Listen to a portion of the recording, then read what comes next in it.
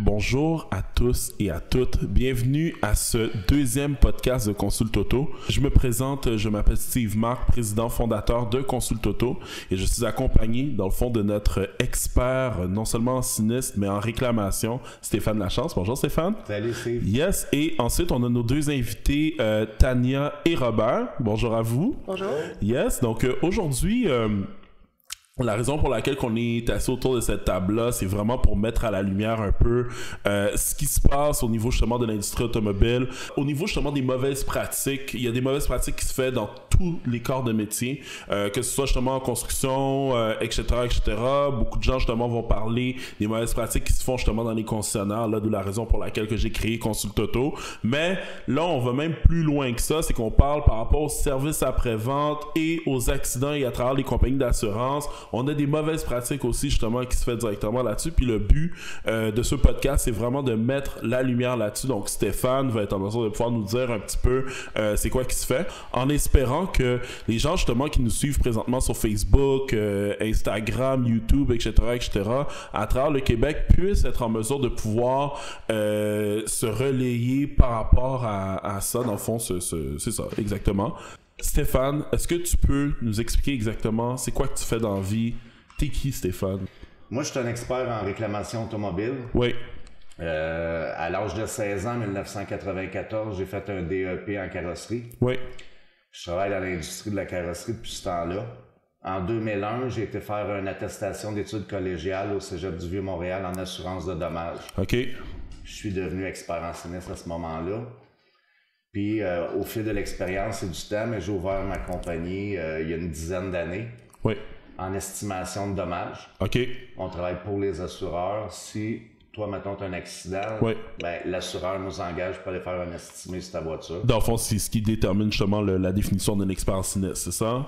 L'estimateur, plutôt. OK. L'expert en sinistre, lui, c'est celui qui va décider si t'es couvert, si t'es pas couvert, si t'es responsable de l'accident ou non responsable. OK. Après et les analyses, dans le fond, ça. qui vont et être remis, ouais. À quoi que tu as le droit. OK. L'expert en sinistre, dans le cas de ces deux personnes-là, c'est la personne qui a incité fortement à ce que ces deux assurés-là choisissent le garage accrédité par l'assureur. Par l'assureur, je comprends. Eux, vu qu'ils ont été au garage accrédité par l'assureur, oui.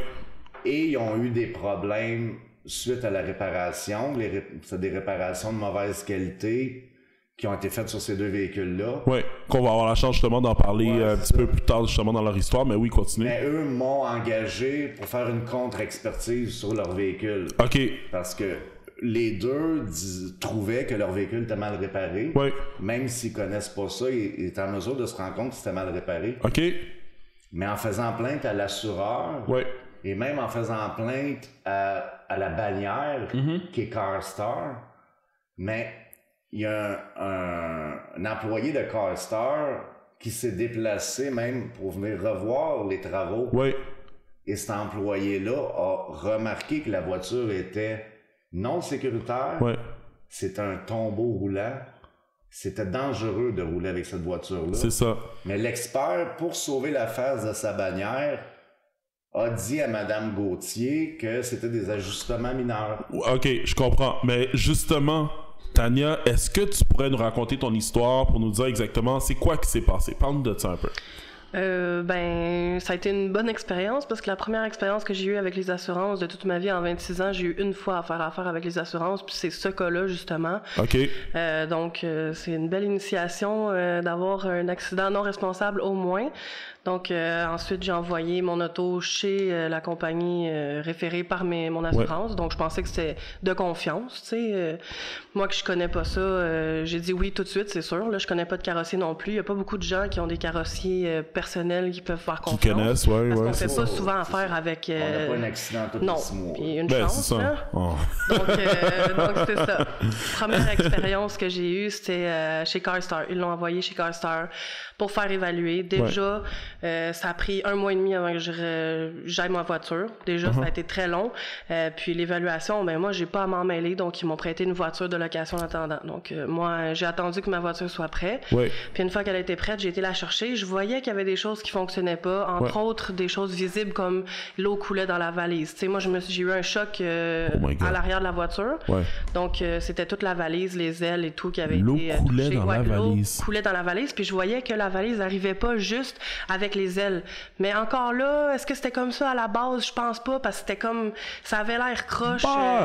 Écoute, on va simplifier la question en 2 secondes. Avant ton accident, l'eau coulait-tu dans ta valise? Non. Bon, ben c'est ça, tu sais, pas besoin. Ben c'est ça, mais étant donné que je suis pas carrossière ou j'ai jamais eu de notion dans la carrosserie, je pouvais pas expliquer pourquoi ça fonctionnait pas, mais je savais que ça fonctionnait pas. C'est clair. À un moment donné, c'est un feeling que tu vois que ta voiture roule pas nécessairement pareil comme qu'elle roulait auparavant, là. Exactement. Puis en plus, il y avait d'autres éléments que j'ai vus par la suite, avec un autre accident, j'ai été consulter un carrossier qui m'a dit « Tes réparations ici, ça fonctionne pas, tu as eu un accident, ça paraît. » Moi, je me demandais pourquoi. Après 12 000 $ de réparation, ça devrait pas paraître. Est-ce que... OK, je comprends. Un accident. Donc, c'est là qu'il m'a expliqué que le châssis de la voiture avait été touché parce qu'on voyait encore la trace de l'impact, là. De l'impact, exactement. Ce qui devrait pas apparaître après réparation. Puis c'est ce qui a fait en sorte qu'après, j'ai remarqué qu'il y avait de la rouille qui commençait à se créer dans le bas des portières. Et aussi, quand on ouvrait les portières arrière, parce qu'il y avait trop joué avec les pentures de la porte, parce qu'il n'y avait pas redressé le châssis de la voiture. C'est ça. Mais c'est ça, avant que tu expliques ton point. Écoute, j'avais juste une petite question pour toi, Stéphane. Normalement, je veux dire, par la normalité des choses, ces clients-là payent des assurances quand même assez chères à toutes les années ou à tous les mois, peu importe. Lorsqu'il y a un accident qui arrive, le but d'un assureur, c'est quoi? C'est de mettre l'assuré dans la même situation financière qu'il était avant l'accident. Exactement. Donc, l'auto, techniquement, est censé être réparé comme une neuve. Comme une neuve, en tant que telle. Fait que le fait, justement, qu'il y ait eu une erreur qui se soit produite là-dedans, c'est pas normal, là. Non, c'est ce que tu me dis, là. Madame Gauthier, a une Toyota Corolla... 2014. 2014. Ouais. Elle se fait frapper très fort à l'arrière. Ouais. C'est une structure monocoque, cette voiture-là. Ouais. Le châssis complet a plié vers le bas. My God. Mais... Le carrossier en tant que tel, soit par manque de compétences ou en essayant d'aller trop vite, mais rendu là, on parle de l'incompétence crasse, là, a changé les 2 ailes en arrière, il a ressoudé ça là, mais il n'a jamais redressé le châssis. Le châssis, ce qui est le plus important. Pour ceux qui nous suivent là, en ce moment là, sur Internet, là, le châssis d'un véhicule, c'est comme un squelette, OK? Donc, c'est la structure du véhicule en tant que tel. Donc, un châssis qui est mal réparé, ça peut être très dangereux sur la route, là. Donc, tu peux continuer. Madame s'aurait fait frapper une autre fois en arrière. L'auto aurait plié en 2. C'est sûr. Il était déjà commencé à plier. Donc, c'était pas sécuritaire rouler avec un véhicule comme ça sur la route? Pas du tout. Puis ça faisait déjà plusieurs mois que je roulais avec cette voiture-là, tout en n'ayant pas le temps de retourner toujours chez le carrossier qui m'avait fait le travail pour revérifier. Moi, j'avais pas les notions non plus, mais étant donné que là, j'avais la parole d'un carrossier qui connaît son affaire, je me suis dit, je rappelle les assurances, ça n'a aucun sens, puis il faut qu'on aille plus loin avec cette histoire-là. Qu'est-ce que tu as fait à ce moment-là? J'ai rappelé tout de suite mes assurances. Ayant du jus pour leur donner, pour leur parler, pour leur donner des pistes sur ce qui fonctionnait pas. Je pouvais pas expliquer, mais à ce moment-là, je me suis dit c'est parfait. Puis à la limite, je pourrais même j'ai demandé à mon carrossier s'il voulait leur parler si jamais il comprenait pas ou il s'obstinait. Donc à ce moment-là, j'ai rappelé mes assurances qui m'ont dit parfait, on va vérifier ça avec la bannière ou avec notre estimateur qu'on va envoyer. On sait pas si on va vous envoyer la bannière, un estimateur, ou nous-mêmes un estimateur. J'ai dit moi, honnêtement, j'ai perdu confiance en la bannière. Donc je refuserais qu'il me fasse venir un évaluateur de la bannière, c'est illogique pour moi. C'est ça. C'est sûr qu'il va vouloir compenser puis il va vouloir vendre sa bannière puis diminuer les travaux qui avaient été justement mal faits. Donc, j'attendais. J'ai attendu pendant 3 semaines qu'il me redonne des nouvelles. Donc, j'ai roulé avec cette voiture-là pendant 3 semaines. Et puis, c'est là que j'ai fait un commentaire sur Facebook pour avertir les gens qu'il y avait justement un travail qui se faisait pas bien à cet endroit-là. Puis que les gens retournent pas à cet endroit-là pour les avertir. Puis, dans le commentaire, c'est là que j'ai vu les commentaires de Michael. qui je sais pas si qui est propriétaire d'un garage indépendant. Exactement, qui lui connaissait justement des gens qui pouvaient m'aider dans cette situation particulière-là. Ouais. Puis les situations avec les assurances qui sont sans fin, puis que si on n'a pas de ressources, ben on se fait manger tout rond. Juste pour question d'assurance, on va parler exemple des fameux FAQ 43A, 43B, 43C, 43... Tu sais, moi je les connais parce que je veux pas, ça fait partie de mon expertise, mais admettons quelqu'un qui est pas nécessairement dans le domaine en tant que tel, des fois c'est comme... Au contraire, il me semble que c'est la responsabilité justement de ces compagnies-là qui font du service à la clientèle de s'adapter au niveau du jargon, puis comment, tu sais, j'imagine que ça doit être intimidant, là, Tania, là, c'est pas rien, là. Ben justement, c'est pour ça que j'étais contente d'avoir des personnes qui pouvaient m'aider, parce que le jargon, je le connais pas, la carrosserie, je la connais pas, j'ai jamais eu d'expérience dans l'assurance, en fait, là, j'ai jamais eu affaire aux assurances, donc j'étais contente d'avoir des gens qui allaient m'expliquer qu'est-ce qui allait se passer, de quelle façon ça devait se passer, qu'est-ce que moi je devais dire quand eux ils me disent ça, puis aussi avec l'évaluation j'étais pas confiante non plus, donc c'est pour ça qu'on a fait appel à Stéphane ici. À Stéphane, ouais. Pour faire évaluer ma voiture justement, puis de là on a commencé les démarches. Les démarches et tout, puis j'imagine que ce que t'entends là, de ce que Tania est en train de nous dire, il y a rien qui t'est étranger là-dessus, là, dans le sens que parle-nous un peu de ça, dans le sens par rapport à ça, là. C'est quoi qui t'est arrivé exactement qui fait en sorte que tu relis là, la situation à Tania en ce moment, là? Ben moi, c'est ça, j'avais eu un accident non responsable. Ouais. Puis le côté de mon véhicule, un RAV4, Toyota RAV4, il y avait les deux portes. Finalement, les deux portes étaient attaquées. Le panneau à l'aile arrière était attaqué. Ouais. Fait que là, moi, j'ai emmené ça chez mon garagiste, qui lui a fait une évaluation, une estimation. Puis il estimait que c'était préférable de mettre des portes neuves. Mm-hmm. L'assureur, eux autres, voulaient mettre des panneaux de porte. Des panneaux de porte, c'est-à-dire... Ben, il décape la porte. Oui. Puis il enlève le panneau, puis il recape ça avec juste un devant de porte. Si je comprends bien... Oui. Ton garagiste avait proposé d'avoir des portes neuves. Oui. L'assureur, eux autres, t'ont proposé de mettre des panneaux de porte en tant que tel. Exactement. C'est ça. Est-ce que dans ta police d'assurance, t'avais le droit à la valeur à neuve? Oui. OK. Puis malgré ça, c'était des... OK. C'est... Pour eux autres, c'était des pièces neuves. Parce que le panneau, c'est une pièce neuve. Ouais. Eux autres calculent... Ils disaient qu'ils mettaient des pièces neuves. Le panneau, c'est une pièce neuve. C'est ça. Fait que pour eux autres, c'est une pièce neuve. Mais en faisant confiance, exemple, à l'assureur, je veux dire, est-ce qu'on n'aurait pas pu penser, tu sais, je veux dire, je pose la question comme ça, que le fait de mettre des panneaux neufs comme ça, Stéphane, est-ce que ça aurait nécessairement arrangé le problème? Pourquoi mettre des portes neuves versus plus des panneaux neufs? Ben, c'est pour sauver de l'argent uniquement. Il n'y a aucune autre raison que pour sauver de l'argent. Est-ce qu'on serait arrivé au même résultat? C'est ça la question. Ben écoute, il faut comprendre que à l'usine du constructeur, quand on assemble un panneau de porte avec une porte, mais c'est une presse qui vaut peut-être 50 millions qui assemble ça ensemble. Oui. Puis ensuite, la pièce est trempée dans le zinc pour pas qu'elle rouille. OK. Oui, c'est faisable de faire ça dans un garage n'importe quel, là, changer un panneau de porte, mais on n'a pas les mêmes outils qu'à l'usine. Je comprends. Alors ça se fait, mais la job ne sera jamais aussi parfaite que faite par le robot de 50 millions de l'usine de... C'est sûr que non. Fait que dans le fond, si je comprends bien, c'est qu'à long terme, on se retrouve avec la rouille tout le tour du panneau. Ouais, parce que exactement, quand tu décapes la porte, j'imagine, il faut qu'il graille à un moment donné pour... fait que là, t'enlèves le zinc, t'enlèves la couche de... T'enlèves la couche de protection. La protection mise là par le constructeur. C'est ça. Fait que dans le fond, pour revenir justement à ta situation, donc ils ont décidé de mettre des panneaux, ils ont voulu mettre des panneaux, là, des personnes. Donc c'est quoi qui s'est passé par après? Ben, moi, je me suis ostiné. Ouais. Parce que je voulais avoir des portes neuves. T'as pas l'air d'avoir la langue dans ta poche, Robert. Non, fait que moi, ça a pris au moins un mois avant que l'assureur finisse par me dire que... Puis là, moi, mon garagiste m'avait prêté, il avait loué un véhicule. Ça faisait un mois que je voulais avec son véhicule. Oui. Là, on était rendu au-dessus de 700 $ de location. Puis là, l'assurance, ils ne voulaient pas le payer, eux autres, parce qu'ils disaient que c'était 40 heures faire le job. Alors que ça devait prendre beaucoup plus de temps que ça.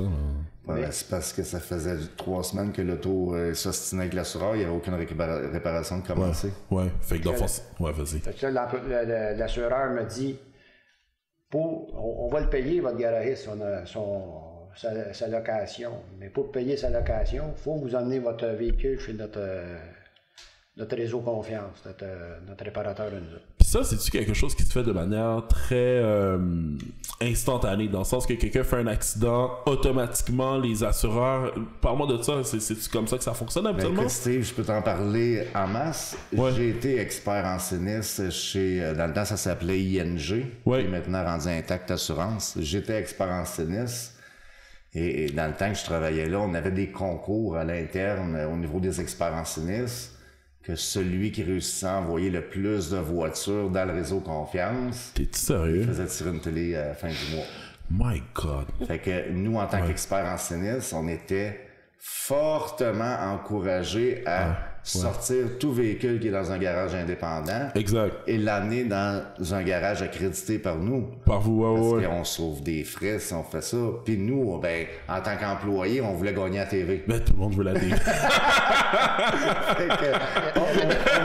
Il y avait des petites récompenses. Ouais, c'est ça. Fait que... Tu sais, l'expert en sinistre qui te réfère à son carrossier accrédité, lui, l'expert en sinistre, il sait pas toute la magouille qui est en arrière de ça. C'est ça. Il faut se poser la question, pourquoi l'assureur veut absolument que ce soit ce garage-là qui répare l'auto? Exactement. Pas parce qu'il répare mieux, là. Pourquoi? Parce que ça coûte moins cher. Oh, OK. Parce que le garage a une ristourne de plus ou moins 20% à redonner à l'assureur par la suite. Oh. Fait que le garage... Ristourne de 20%? Ouais. Le garage... Attends, excuse-moi. Vas-y. Non, mais Je vais te le détailler. Dis-moi-le, ouais. Écoute, l'auto arrive au garage accrédité sur une remorque. Ouais. C'est le garage qui paye la remorque. OK. C'est le garage qui paye la location de la voiture. Pas l'assureur, alors que c'est censé être l'assureur. Les deux choses, j'en ai dit, c'est l'assureur qui est supposé te payer. Wow. Ensuite, le garagiste, ben lui, il faut qu'il s'engage un estimateur à 50 000 $ par année pour faire l'estimer. Mais encore là, ça, c'est un frais qui est dû être payé par l'assureur. Fait que l'assureur, il n'y a plus de frais de remorquage, il n'y a plus de frais de location, il n'y a plus de frais d'estimateur. C'est tout des... Puis une ristourne en argent par la suite, plus une ristourne à la bannière sur le volume qu'il fait. Fait que le garage, il fait pas sa réputation selon s'il est bon ou il est pas bon. Il fait sa réputation selon la ristourne qu'il donne. Selon la ristourne qu'il donne, exactement. Et lui, en donnant tellement à l'assureur, il est pris à la gorge parce qu'il travaille pour pas grand-chose. Il faut qu'il fasse du volume pour réussir à se sortir une paye. Fait qu'il n'y a pas le choix de couper les coins ronds, si je comprends bien. Ben, c'est qu'une job de 40 heures, il faut qu'elle sorte en 20 heures. OK. Fait que, soit que... Désolé. Rendu à ce moment-là, on peut dire que c'est pratiquement un vol de 20 heures. Ouais. Le garage vous charge 40 heures pour réparer. Puis ça, c'est pas caché, là. C'est le CCPQ, la Corporation des carrossiers professionnels, qui englobe tous les réseaux confiance. Oui. Eux se vendent carrément d'avoir un moyen pour faire de l'argent. Le seul moyen qu'ils ont pour faire de l'argent, c'est de faire du game time. Je comprends. Et c'est quoi du game time? C'est charger 40 puis réparer en 20. Wow. Puis on s'entend, justement, 20 heures, on parle de la moitié de la job. C'est fais bien une bonne partie de la job, mais la moitié de la job, tu peux la scraper en tant que telle, à moins que tu rajoutes plus d'employés. Si tu rajoutes plus d'employés, non, ben ça t'as trop de salaire. Travaille vite. Écoute, le garage, il travaille entre 60 et 65 $ de l'heure. Oui. Il redonne une ristourne de 20%. Mais non, c'est ça, ça n'a pas de sens. Puis il faut qu'il paye, mettons qu'il paye son gars 25$ de l'heure. Oui. Ben, il reste 35$ de l'heure pour payer son garage, sa secrétaire, son estimateur. Tu sais, là. Ça en fait beaucoup. Les locations d'auto, les towing, il n'y a pas le droit de charger de remisage. Tu sais, c'est vraiment beaucoup de stock que le garage donne en échange d'avoir de l'ouvrage. En échange d'avoir de l'ouvrage. Fait qu'il mise pour que le patient, le client, dans le patient. qui connaisse pas ça. Non, mais qui connaisse pas ça. Ben ouais, mais c'est que... S'il connaît pas ça, lui, écoute, pour lui, la job est bien faite. Écoute, bien fait, c'est parce que l'assureur va dire à M. Baudry ou à Mme Gauthier, je comprends que vous avez choisi votre carrossier, mais sachez que si vous allez à votre carrossier, vous n'aurez pas de garantie. Tandis que si vous allez au nôtre, vous allez avoir une garantie. Ben, À vie, il n'y a pas de ça. Oh, ouais, mais À vie. Mais qu'est-ce que ça veut dire, à vie, Stéphane? c'est tant qu'on aurait propriétaire du véhicule. Mais c'est qui ces gens-là qui sont censés donner les garanties? C'est-tu les assurances ou les carrossiers qui font la job? C'est carrossier. C'est le carrossier qui fait la job. Tout carrossier au Québec est obligé de donner une garantie sur sa job. Et au Québec, justement, c'est ça, c'est une loi là, en tant que telle. Là. Ben, Moi, dans mon cas... Ouais, vas-y, tu peux continuer. Moi, dans mon cas, la garantie à vie, ils me l'ont enlevée. OK. Parce que j'ai pas voulu signer de cession de créance. Vu que les réparations étaient mal faites. Ils t'ont enlevé la garantie. Ils ont dit, si vous ne signez pas la cession de créance, votre garantie à vie est enlevée. Là. Ils n'ont pas le droit de faire ça. Bah, rendu là, depuis le début du dossier, c'était pas trop légal. Okay. Fait que rendu à la fin, c'est pas grave. Mais tu sais, même la cession de créance que monsieur devait signer, c'est que vous avez un accident, l'assureur est obligé de vous faire un chèque au montant de la réparation. Le chèque est à votre nom et au nom du garage. Exactement. Alors, quand vous allez chercher votre voiture, vous inspectez si les travaux sont bien faits. Si ça fait votre affaire, vous endossez le chèque, vous le donnez au garage. That's it. Si vous êtes allé dans un garage accrédité par l'assureur, mais c'est pas comme ça que ça marche. C'est que l'assureur paye directement le garage. Oui. Le chèque ne passe jamais par les mains du client. Donc, on peut pas évaluer si le travail... Fait qu'il n'y a pas de monnaie d'échange. Si la job est mal faite, il peut pas dire, ben, m'a donné ton chèque, mais que ça soit bien réparé. Il peut pas. Il est payé. Parce qu'il est payé. Il est déjà payé.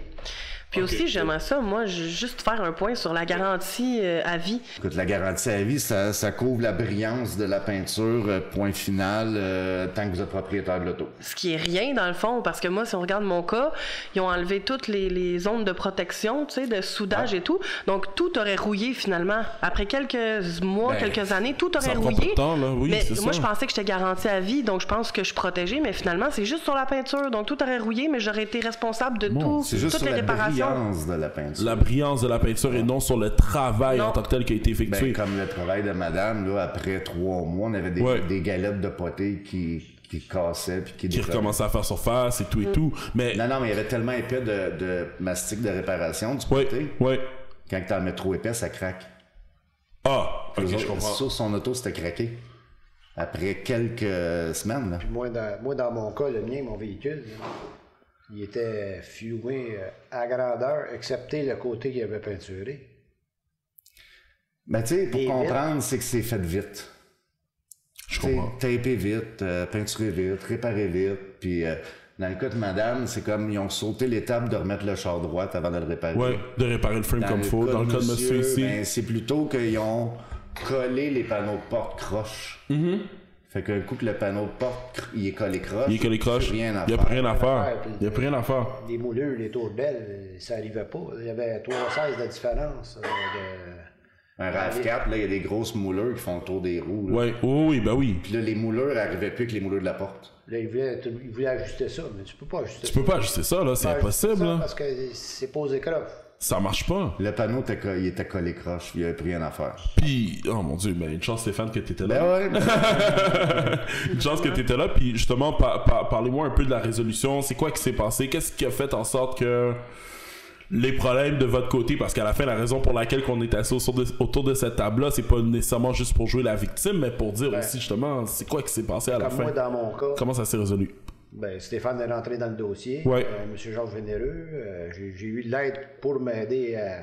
Parce que l'assureur, lui, ils ont réparé 2 fois le véhicule, mais il ne faut pas le réparer, c'était croche. Ils ont essayé de dire que c'était comme normal, puis que monsieur était trop difficile. Mais pour me faire fermer, ils m'ont fait 2800, puis ils m'ont dit « Arrange-toi, va tout ce que tu veux avec ». Mais ça a pris combien de temps, dans le sens où tu t'es battu quand même assez longtemps là, pour ça, là, des mois et des mois? En 2013, puis ça s'est réglé en 2015. T'es-tu sérieux? On s'est rendu jusque devant le juge avec le dossier de M. Baudry. OK. Contre Intact Assurance. Directement sur le banc, le juge a rendu décision. Oui. Écoute, la défense d'Intact Assurance, c'était seulement que M. Baudry était trop difficile. J'étais un client insatisfaisable. Insatisfaisable. Ben non, c'est pas assez, là. Ça prend justement des faits. Ben, c'est ce que le juge a expliqué à Intact, que monsieur était peut-être exigeant, mais qu'il avait le droit d'être exigeant. Ouais. Puis que de leur faire un chèque. Ils ont fait un chèque de 7 000 $ à monsieur pour faire reprendre la job au complet par un garage de son choix. Puis là, maintenant, l'auto est réparée. Je veux dire, tout est correct en tant que tel. Moi, l'auto, je l'ai pas gardé parce que je l'ai vendu. Mais dans le cas de mon véhicule, c'est qu'aussi, ils ont payé. Ils ont payé la première fois. Ils ont payé la deuxième fois. puis ils m'ont payé en cours. Mais ils ont tout additionné ces montants-là, puis ils ont mis ça sur le CarPro. Fait que mon véhicule, pour un accident qui de 5 000, il était rendu à 18 000. À 18 000, ben oui, mais avec toutes les pertes de temps qui se fait entre... Non, mais c'est parce que les autres, ils faisaient un nouveau CarProof à 3 fois qu'ils faisaient un estimé. Donc, il y a plusieurs sinistres, finalement, pour le même sinistre. Pour le même accident. Mais c'est l'assuré qui paye pour ça. C'est l'assuré qui en paye de ses assurances l'année suivante. C'est clair, parce que dans le fond, à la fin de la journée, qu'est-ce qui va se passer quand justement tu essaies de revendre ton auto? On te demande justement est-ce que tu as un CarProof dessus, puis là on réalise justement que tu as 3 réclamations. 8 000 de dommages. Comment tu dirais, toi, c'est de même? Puis pourtant, ces dommages-là, ils valent combien, Stéphane? À peu près, là. Si ça avait été fait comme faux, 7 000 $. Ouais. Mais là, on est rendu à 18 000, donc soit une majoration de 11 000 $. L'assureur, là-dedans, il a payé 2-3 fois la réclamation. Mais qui était copé par l'assuré, finalement. Ben, c'est parce que l'assuré, quand il veut revendre son RAV4, ben, il y a un CarProof de 18 000. Il n'y a pas personne qui est intéressé à acheter un char. C'est sûr que non. C'est sûr que non. Toi, quand même, tu dis, bon, oui, mais c'est rien qu'un accident. Ouais. Celui qui veut acheter le véhicule, on peut dire que monsieur n'a pas été mis dans la même situation financière qu'il était avant l'accident. Parce que c'est ça, à la fin de la journée, là, ce qu'il faut prendre en considération, parce que juste reprendre un point, OK? Le principe, justement, qu'on t'a dit que t'étais trop exigeant par rapport à ta satisfaction à la clientèle au niveau justement de tes réparations. Mais on s'entend, cette voiture-là, là, ça vaut à peu près dans les fin 35 000, début 40 000, là, un Toyota RAV4. C'est des milliers de dollars. C'est la deuxième achat la plus importante de ta vie après l'achat d'une maison. Comment qu'on peut pas ne pas prendre en considération le fait que, regarde, c'est important justement d'être exigeant, tu sais. Donc, c'est normal, je veux dire... Bravo, t'as réussi à bien défendre tes droits, puis je suis content. Une chance que Stéphane était là. Sérieusement, Stéphane. Le problème, c'est qu'il y a des cas comme ces deux-là, il y en a tous les jours au Québec. Ouais, mais sauf que personne n'est au courant de tes services. C'est pas tout le monde qui m'appelle, non, c'est ça. C'est ça, personne n'est au courant de ce que tu fais, puis tu sais, au contraire, justement, c'est la raison du pourquoi qu'on veut mettre ça justement à l'avant, puis on aura la chance justement d'en parler un petit peu plus tard. Puis d'après ce que j'ai pu comprendre dans ton histoire, là, c'est que quand tu t'es fait rentrer en dedans par derrière, la voiture, c'est un Toyota Corolla, donc on est tous d'accord que c'est un 4 portes, ok? Apparemment, j'ai entendu dire que c'était un 2 portes, c'est vrai? Ben, parce qu'en arrière, ça s'ouvrait quasiment plus, les portes, tellement que c'était collé sur les ailes. OK. Il y avait de la rouille qui se formait entre la porte puis l'aile, là, tellement que c'était serré. Puis t'avais-tu appelé ta compagnie d'assurance? Mais moi, j'avais pas remarqué ça, je le savais pas. Ouais. Moi, j'embarquais pas en arrière. Ouais. C'est ça, exactement. Ouais, c'est rare que tu utilises tes portes en arrière, ouais. T'as pas d'enfants? Non, mais par exemple, je faisais quand même une job où est-ce que j'embarquais des gens, puis juste des enfants aussi. Ça peut arriver. Ça aurait pu mettre en danger les personnes que j'embarque, là. Plein de monde. Puis, dans le fond, moi, comment ça s'est passé, comment ça s'est terminé, mon histoire, c'est que la SQ a dû venir pour évaluer mon auto parce que je voulais plus la conduire, puis La Sûreté du Québec? Oui, parce que l'évaluateur venait pas. Les assurances me disaient, on va regarder qui on vous envoie et tout. Ça faisait 1 mois, j'avais pas de nouvelles. Je me suis dit d'un coup que je suis en danger. Je conduis une voiture, puis je suis en danger parce que le châssis de la voiture, c'est, comme l'expliquait Stéphane, c'est la base, là. C'est ça. Si j'ai un autre accident, il n'y a plus la résistance qu'il y avait à la base. Ah non, donc, j'ai dû appeler la SQ pour que eux, ils viennent me dire que, justement, si c'était sécuritaire ou non. Puis ensuite, j'ai dû faire venir un évaluateur de la SAC qui, lui, a mis ma voiture en route. Non seulement pour le châssis qui était touché, mais aussi pour une ceinture qui était coupée à l'arrière, qu'on voyait pas parce que le banc cachait la ceinture coupée. Donc, il y aurait eu un impact, non seulement ça aurait plié en deux, puis en plus, la personne qui était attachée en arrière... elle serait morte. Exactement. On se dit, puis à la fin de la journée, qu'est-ce qui serait passé? Les assurances, ce serait juste dropper la balle. C'est un système de no fault au Québec, fait qu'il n'y a aucun droit de poursuite, fait que... Mais la ceinture... Ben écoute, la Sûreté du Québec a enlevé... ils ont mis une inspection sur la voiture parce qu'il y avait une ceinture de sécurité coupée et parce que la structure était croche. Puis quand le véhicule a été inspecté par la Société d'assurance automobile du Québec, mais eux, ils ont mis ça hors route, puis ils ont dit ce véhicule-là, il est dangereux, on peut pas circuler avec ça. Ben, c'est sûr que non. Mais le pire dans cette histoire-là, c'est que les assurances me croyaient pas encore, puis ils voulaient pas me donner une voiture de location parce qu'ils ont dit, nous, on l'a pas envoyé, notre évaluateur, donc on peut pas, nous, c'était correct, là, tu sais. Je peux peut-être juste compter le bout que... La bannière Castor ont décidé de faire passer un de leurs techniciens. Mais c'est ça à la base, ils me disaient que c'était un évaluateur. Ils ont dit à Mme Gauthier, on va vous faire passer un estimateur. Mais finalement, le gars qui est arrivé pour faire l'inspection n'était pas estimateur.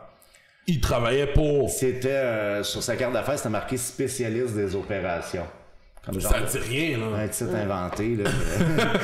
Fait que, finalement, le monsieur, on peut peut-être le nommer, Rémi Michaud. OK. Un spécialiste supposément de la carrosserie, a inspecté la voiture, soit par incompétence crasse ou pour sauver les fesses de sa bannière. C'est ça. Il est venu au résultat à Mme Gauthier que c'était des ajustements mineurs. C'est des ajustements mineurs. Ça, c'était son rapport, des ajustements mineurs. Une gang de gars qui chialent un peu pour rien. Madame est un peu difficile, ajustement mineur. Alors que la Sûreté du Québec a dit que cette voiture... Le lendemain, la Sûreté du Québec a enlevé l'auto de sa route. Et une semaine après, la SAC le mettait hors route définitivement. Mais là, Tania, tu pouvais pas rester à pied. Comment tu as été indemnisée? C'est justement, suite à ça, je leur ai demandé d'avoir une location de voiture pour pouvoir rouler pendant le temps qu'ils vont regarder ça, justement. Le dossier, donc, les assurances m'ont dit non, nous, tant qu'on n'envoie pas un évaluateur, on vous prête pas de voiture de location. Là, je leur ai dit, puis j'avais été avertie au moins par mes amis, là, que justement, ils allaient vouloir me mettre à pied pour m'intimider. Puis je leur ai dit, là, vous voulez me mettre à pied quand ma voiture est hors route par la SAC. Puis vous, c'est votre devoir de me donner une voiture de location quand en plus j'étais pas responsable de l'accident. Là, il y a il y a d'autres choses à évaluer, puis vous me donnez pas de voiture, vous me mettez à pied, moi je vais aller plus haut, là. Et c'est là qu'ils se sont décidés à me donner une voiture de location, au moins en attendant de vérifier tout ça. Mais quand même, si j'avais pas su leur tactique d'intimidation, j'aurais sûrement pris le véhicule quand même. C'est sûr que non. Puis il fallait que je roule, il fallait que je travaille, il fallait que, tu sais. Écoute, Madame Gauthier, elle avait l'assureur, le garage et le représentant de la bannière qui disait que l'auto était bien réparée.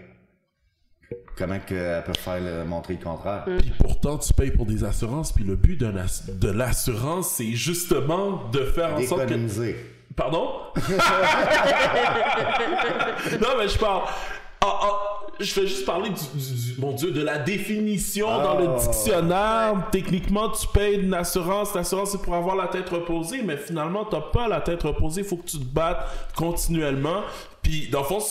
Ce que je comprends, ce que j'essaie de tirer comme conclusion à travers tout ça, c'est que faut pas prendre pour du cash qu'est-ce que les compagnies d'assurance nous disent. Toujours être en mesure de pouvoir remettre en question puis de s'assurer que, regardez, premièrement, vous avez des droits, vous êtes... Comment que je peux dire ça? Ben, juste à comprendre que l'assureur ne vend pas de la carrosserie. C'est ça. L'assureur vend de l'assurance puis il paye le bill. Puis il paye le bill dans le cas où est-ce qu'il y a un sinistre. Point final. Bon, là, quand que l'assureur se met à essayer de te convaincre d'aller à son garage, il y a une raison. Il y a une raison très particulière. Mais malheureusement, c'est pas tout le monde qui connaît des... C'est pas tout le monde qui connaît des carrossiers. Parce que c'est les meilleurs, puis que... Parce qu'eux, ils ont tendance à dire on trie les meilleurs carrossiers sur le volet. C'est ça. C'est qu'eux qu'on fait affaire. Mais la vérité, c'est qu'ils font affaire avec des carrossiers qui seraient jamais capables d'être en affaires selon leur réputation, sont obligés de payer l'assureur pour pouvoir travailler. OK. Fait que dans le fond, la marche à suivre, dans le fond, dans le cas que quelqu'un est impliqué dans les accidents, parce que présentement, on est dans la saison des accidents, OK? Dans le cas où est-ce que quelqu'un est impliqué dans un accident, c'est quoi la première étape que la personne devrait faire avant? Est-ce que c'est d'appeler ses assurances? Comment ça devrait se passer en temps normal? Quand un mini accrochage, là... Bon, on peut appeler sa compagnie d'assurance puis dire mon carrossier, ça va être un tel, ils vont vous envoyer un estimateur. Mais si tu connais pas de carrossier, tu fais quoi? Ben, tu peux t'informer dans ton entourage. Maintenant, avec Facebook, c'est facile de faire un appel à tes amis. Connaissez-vous un bon carrossier? Je vais être plus direct. Est-ce que les personnes devraient t'appeler toi directement? Pour choisir un carrossier, ben on a sur notre site internet, on a une liste de garages et des carrossiers indépendants. Donc l'Association des carrossiers indépendants du Québec, le nom, c'est le Mouvement Carrossier Québec. OK. Ça, c'est seulement des carrossiers indépendants. OK. C'est des carrossiers qui sont capables de vivre de leur métier sans payer pour travailler. Je comprends. Il y a une grosse différence. Que toi, tu arrives dans ce garage-là indépendant, tu es le client. C'est ça. Il veut te satisfaire pour que tu dises à tous tes amis d'aller le voir. De faire affaire avec eux, ben, comme n'importe quel business qui se respecte. Mais tandis que techniquement... Mais là, c'est pour ça qu'il se passe. C'est que le carrossier, lui, son client, c'est l'assureur. C'est ça. Puis toi, si t'es un difficile comme M. Baudry, ouais. Ben arrange-toi que tes troubles, m'en fous. M'a rempli ton garage de meilleur Mon Dieu, ok, parfait. Le carrossier Carstar qui a réparé l'auto madame, ouais. ou le garage qui a réparé l'auto monsieur qui est maintenant Car Expert, sont pas devenus Car Expert parce que c'était la manne, là. C'est parce qu'ils voulaient plus d'ouvrages. Parce qu'ils étaient pas capables de se démarquer selon la qualité qu'ils font. Exactement. Parce que juste avoir leur auto, il y a personne qui retournerait là. Il y a personne qui retournerait là. Admettons, tu mettrais ton auto à vendre, c'est impossible. Là, moi, écoute, Steve, moi, ça fait depuis 1994 que je suis dans le domaine. Ouais. C'est la première fois que je vois un auto 4 portes être remis à un client, que les 2 portes en arrière sont pratiquement pas ouvrables. C'est la première fois que je vois un client recevoir une auto avec une ceinture de sécurité coupée. C'est ça. Puis pas le dire au client. Cacher la ceinture en arrière du siège. À un moment donné, ça frôle les vis cachés, là. Ben, c'est un vis caché, là. C'est quasiment criminel. Exactement. Tu pars avec un véhicule qui n'a pas de fondation. Puis la fondation est molle. Puis la structure est molle, puis la ceinture est coupée. Il n'y a peut-être pas les protections qu'il faut. C'est un petit peu plate parce que, tu sais, pour les propriétaires de maisons, oui, eux autres, ils sont protégés par rapport aux vis cachés et tout. Puis ça sera, c'est un autre débat, mais pour les propriétaires de véhicules, que ce soit au niveau justement de l'achat d'un nouveau véhicule ou sinon même quand on est rendu à la réparation d'un véhicule ou faire valoir ses points pour être en mesure de pouvoir être indemnisé comme il faut, malheureusement, ces gens-là sont pas protégés, mais Stéphane... Ouais, c'est qu'au point de vue des assureurs, en 77, là, le Québec s'est doté du système no fault. Ouais. Tandis que quand c'est corporel, c'est que le ministère, la SAC... Ouais, la SAC s'en occupe, ouais. Puis quand c'est des dommages matériels, c'est les assureurs qui s'en occupent. C'est les assureurs, ouais. Et les assureurs, vous allez être responsables de vous autosurveiller. Okay. Par le groupement des assureurs automobiles, qui est le GAA. Ouais. C'est lui qui émet les permis d'estimateur au Québec. OK. Mais le GAA est financé à 100% par les assureurs.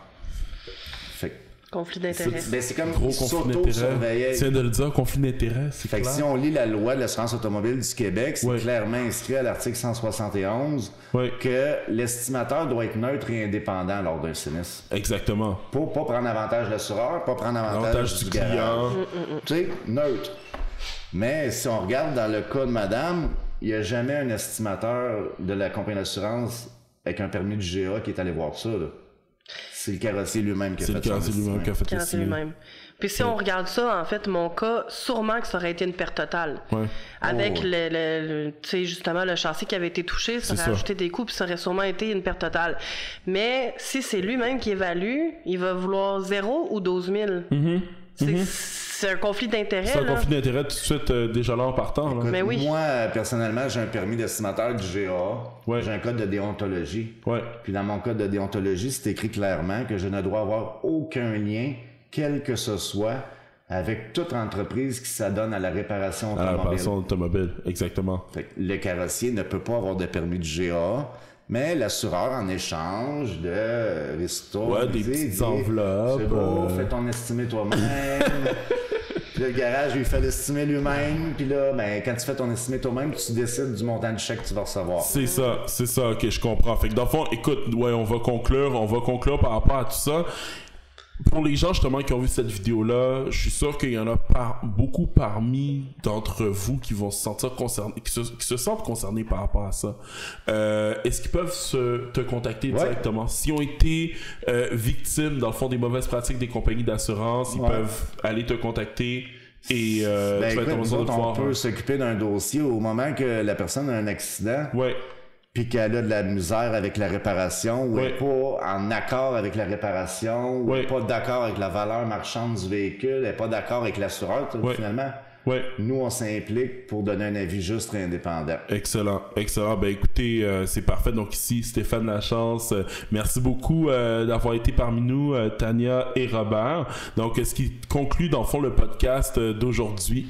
Et sur ce, on se dit à une prochaine fois.